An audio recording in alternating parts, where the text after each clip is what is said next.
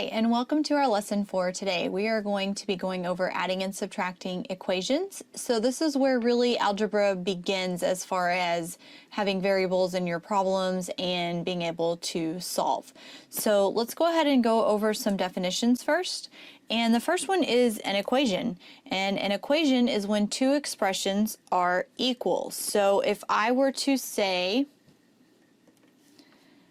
x minus 5 equals 10, these are actually equal to each other. So in order to solve this, I'm going to find the solution. And solution is solving for the variable to make the equation true. So what that means is, what would I put in place of my x to make this equation true? So you have to think, what number minus 5 equals 10 or gives you an outcome of 10? Well, if we were to actually go through this in our head, we can tell that the answer is 15 because we know this. Now, as they get more complicated, you can't always just say, well, what number minus this equals that? Because it's not always going to be that simple. So in order to figure this out in a more simple way, as far as once the actual problems get more complicated, we're going to go through the process. So instead of guessing and checking or filling in the blank, we're going to actually use an inverse operation. And that means we're going to complete the opposite operation to solve for the variable. So right here, the opposite of adding is subtracting, and vice versa. The opposite of multiplying is dividing, and vice versa. Okay, so if we go back up here to where we started and we were given just x minus 5 equals 10. Well, let's say that I want to isolate the x, which means I want this x to be on this side of the equal sign by itself. So I need to move the negative 5 to the other side. In order to do that, I'm going to do the inverse operation. So the opposite of minus 5 is plus 5. So I'm going to add 5, but I can't just add 5 to one side. We want to think of this equation, because there's an equal sign, as a scale. And so if you have a scale and it's balanced out, in order to keep it balanced, whatever you do to one side, you have to do to the other. So let's say we have a scale here. Okay?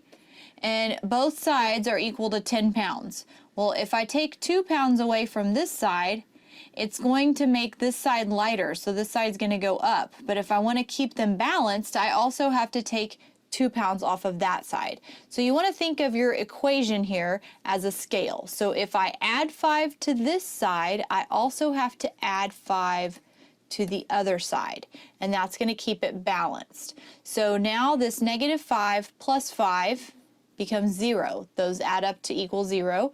So all I have left on this side of the equation is x. And then over here, when I solve the right side of the equation, I have 10 plus 5 is 15. So now they're telling me that x equals 15. Well, guess what? When we did our little practice here, where you just figured out what minus 5 equals 10, we got 15. So it gets you the same answer. So now that we've been over the definitions and how to actually solve these problems, we're going to go through a few practice problems so that you can get used to the process. And so we're going to start out pretty simple. I'm going to give you x minus 8 equals negative 10. This one's similar to the one we just went over in the definitions, so go ahead and pause the video and try it on your own. All right, let's go ahead and try this one together. So now on this side of the equation is my x, which means that I want to move my negative 8. In order to move my negative 8, I have to do the opposite, which is to add 8. But whatever I do to one side, I have to do to the other side. So now minus 8 plus 8 cancels out to 0. All I have left on the left side is x, and then I can solve the right side. So negative 10 plus 8 gives me negative 2. Now, the one thing that's great about equations like this when you're solving for the variable is you can always go back and plug it in and check your answer. Very easy. So I'm going to plug in a -2 for my x. So I have -2 minus 8 equals -10. So I'm going to see if this checks out. So if I combine these, I have plus a negative, so a -2 and a -8 equals -10, and -10 equals -10. So that one checks out. So you can always plug it back in, test your answer. If it does equal, then you're correct. If it doesn't equal, then you'll need to go back and find your mistake. Maybe you added instead of subtracting, or whatever the actual operation is, maybe you didn't do the opposite. So you got to make sure you do that. So let's try another one. So now I have x plus 8 equals -10. So go ahead and pause the video and try this one on your own. Okay, so I want to get this x over here by itself, which means I'm going to have to move the plus 8. And the opposite of plus 8 is minus 8. Whatever I do to one side, I have to do to the other. And it's always helpful when you write everything out on these type of equations, because if you do it in your head, you're going to end up making mistakes a lot easier. And then whenever it's time to go back and find that mistake and correct it, it's a lot harder to find it. So writing everything out makes it just easy to keep up with what you're doing. So let's go ahead and solve this. So plus 8 minus 8 equals 0. So all I have left on that side is x.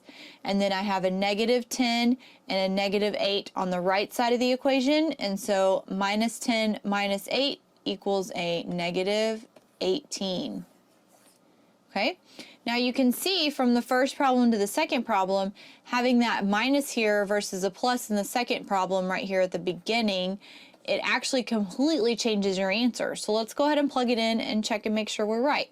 So I have a -18 plus 8 equals -10. Well, if I combine -18 and 8, they have different signs, so I'm going to find the difference, which is 10, and then -18 is a larger number, so 18 is a larger number, so I'm going to keep the negative with my answer, so -10 equals -10, so that one checks out. So don't worry about whether it looks the same or not. Sometimes those signs can make a big difference in your answer. Let's try a couple more problems here, and these are going to get a little bit more complicated, but nothing we can't solve. So what if we have 14 plus x equals 20? This one looks a little bit different than the ones we did before, but go ahead and try this one on your own.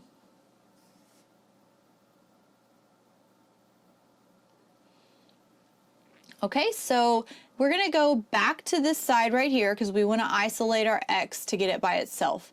So in order to do that, we have to move this 14 to the other side.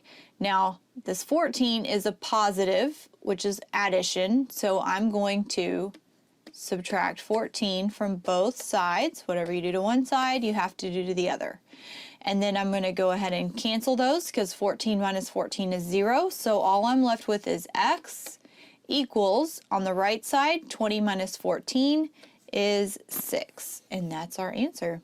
All right, let's check it. So if I have 14 plus 6 equals 20, and 14 plus 6 is 20, so this one checks out. All right, always check. You can never tell if you made a mistake until you check your answer. All right, let's go through another problem. We have -6 plus x equals 20. All right, so let's go ahead and try this one. You can pause the video and practice on your own. All right, so this one's a little bit different than the one before, whereas on the side with our x, we have a -6, and the opposite of -6 is +6. Whatever I do to one side, I have to do to the other. So these are going to cancel out, and on this side, I'm left with x equals 20 plus 6, which is 26. Now, problems like this, you can actually test it on your own without having to write it all out as far as checking your answer, because they're so simple. Once you get to more complicated problems where we have multiple steps, you're going to want to actually write it out. But if I were to just plug in the 26 here for the x, -6 plus 26 gives me a positive 20, so that one's correct. Let's go ahead and try one more. So down here we're going to have -10 equals x minus 4. Now this one looks a little different, but I'm going to go ahead and let you pause the video and try it on your own.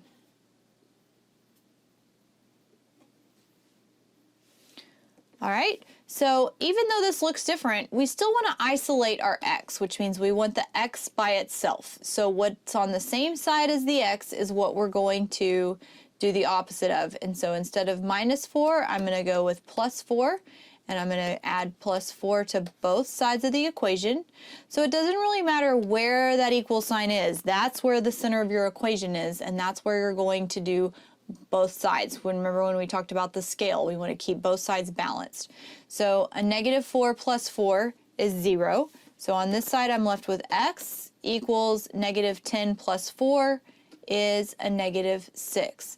Now, even though I have -6 equals x, if I were to rewrite that x equals -6, it's this same thing. So if I plug in -6 here for the x, I'm going to get the same answer regardless of which way I write it here at the end. So it's nice to keep your x on the left-hand side just to keep everything nice and uniform, but you don't have to actually move it to the left side until you're writing your answer.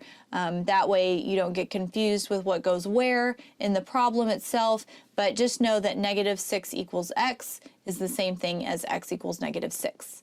All right, so those are some practice problems. You can check out the link to the video below where we're going to have more practice problems for you, and go ahead and leave us any comments or questions if you have any below, and subscribe to our channel and join us again for another video. Have a great day.